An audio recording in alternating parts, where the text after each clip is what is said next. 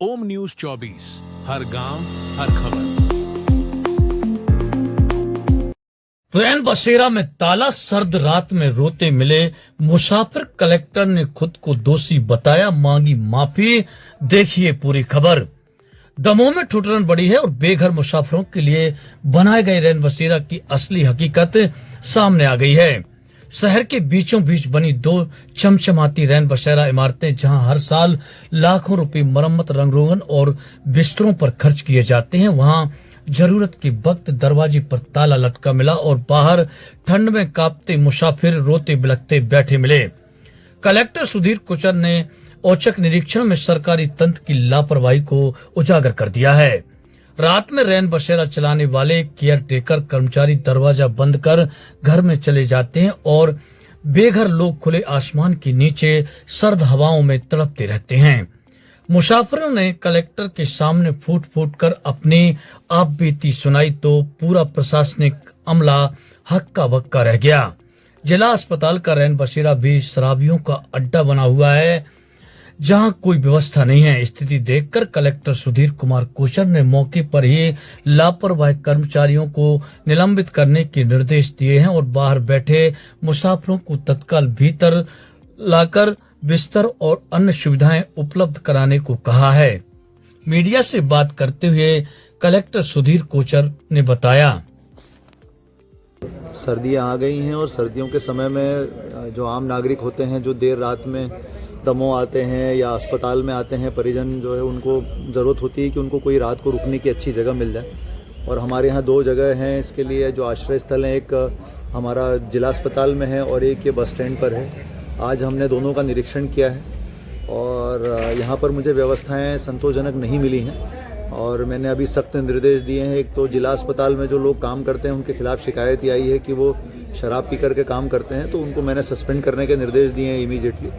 और इसका उपयोग जिला अस्पताल वाले का उपयोग ही ढंग से नहीं हो रहा है, क्योंकि किसी को वो जाने ही नहीं देते हैं और रात को वो बंद रहता है। तो मैंने आज से निर्देश दिया है सीएमओ साहब को कि आप पूरे लोगों की व्यवस्थित रूप से ड्यूटी लगाइए और कल से ये शिकायत कहीं से नहीं आनी चाहिए। इसी प्रकार से जो रैन बसेरा है नगर पालिका का बस स्टैंड पर, इसके भी यही हाल है कि यहाँ इसका कोई उपयोग नहीं हो रहा है, क्योंकि एक तो ये बस स्टैंड से सेपरेट नहीं है। मैंने इनको कहा है कि इसको ग्रिड सेपरेटर यहाँ पे लगाएं और इसको बिल्कुल सेपरेट करें। साथ में यहाँ पर भी एक भी व्यक्ति नहीं है, तो बड़े अक्षरों में यहाँ पर रैन बसेरा लिखवाना है। साथ में यहाँ पर पीने के पानी की व्यवस्था, प्रॉपर लाइट की व्यवस्था नहीं है, लाइट की व्यवस्था करने के लिए कहा है। पलंग वगैरह सब यहाँ पर नए रखे हैं लेकिन इनका कोई उपयोग नहीं हो रहा है। तो मैंने यही कहा है कि ये व्यवस्थाएं ठीक करें ताकि अधिक से अधिक लोग इनका उपयोग कर सकें और बाहर लोग ठंड में ना ठिठुरें और इन व्यवस्थाओं का उपयोग करें। तो मेरा लोगों से भी अनुरोध है कि हमारे पास ये दो बहुत अच्छी व्यवस्थाएं हैं। यदि आप अस्पताल में अपने परिजनों के साथ आते हैं तो आपको वहाँ पर अस्पतालों की बेंचों पर बैठने की ज़रूरत नहीं है। बहुत अच्छी व्यवस्था हमने कर रखी है, वहाँ पर बाथरूम वगैरह भी है, पीने का पानी भी है। आप वहाँ पर रैन बसेरे में अस्पताल के अंदर रुकिए। और यदि आप अस्पताल के अलावा किसी काम से आते हैं यहाँ पर, तो बस स्टैंड पर हमारी ये व्यवस्था है। और यदि इन दोनों की व्यवस्थाओं में आपको कोई भी कमी नज़र आती है तो आप दमोह हेल्पलाइन पर हमें तुरंत संपर्क करें, आप शिकायत दर्ज कराएं। हमारा नंबर है 7812 350 300 07812 दमोह का STD कोड है और उसके आगे लगाइए 350 300 और तुरंत हमारे पास शिकायत करिए, हम लोग उसका तुरंत समाधान कराएंगे।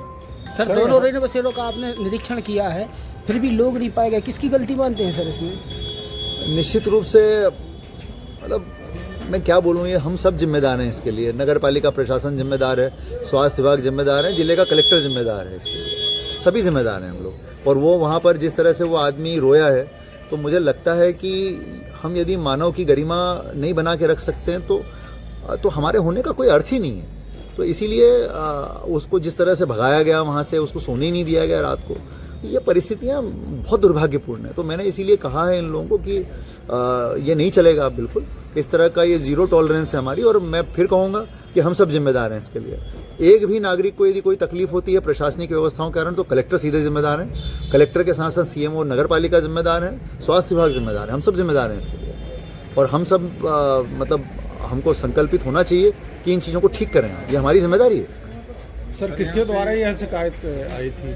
अब वो जो भी व्यक्ति थे उसका नाम तो मुझे नहीं मालूम, लेकिन मुझे बहुत बुरा लगा कि यदि किसी व्यक्ति को इस तरह से भगा दिया गया वहाँ से कि साहब आप नहीं रुक सकते हैं और आप रात को नहीं रुकेंगे यहाँ पे, क्योंकि रात को वहाँ ताला लगा रहता है, तो ये बहुत ही दुर्भाग्यपूर्ण है।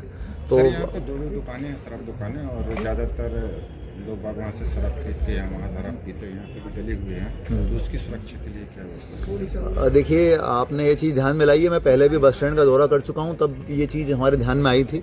हमने जो शराब की दुकानों के संचालक हैं उनके खिलाफ 1-2 बार जुर्माना किया है।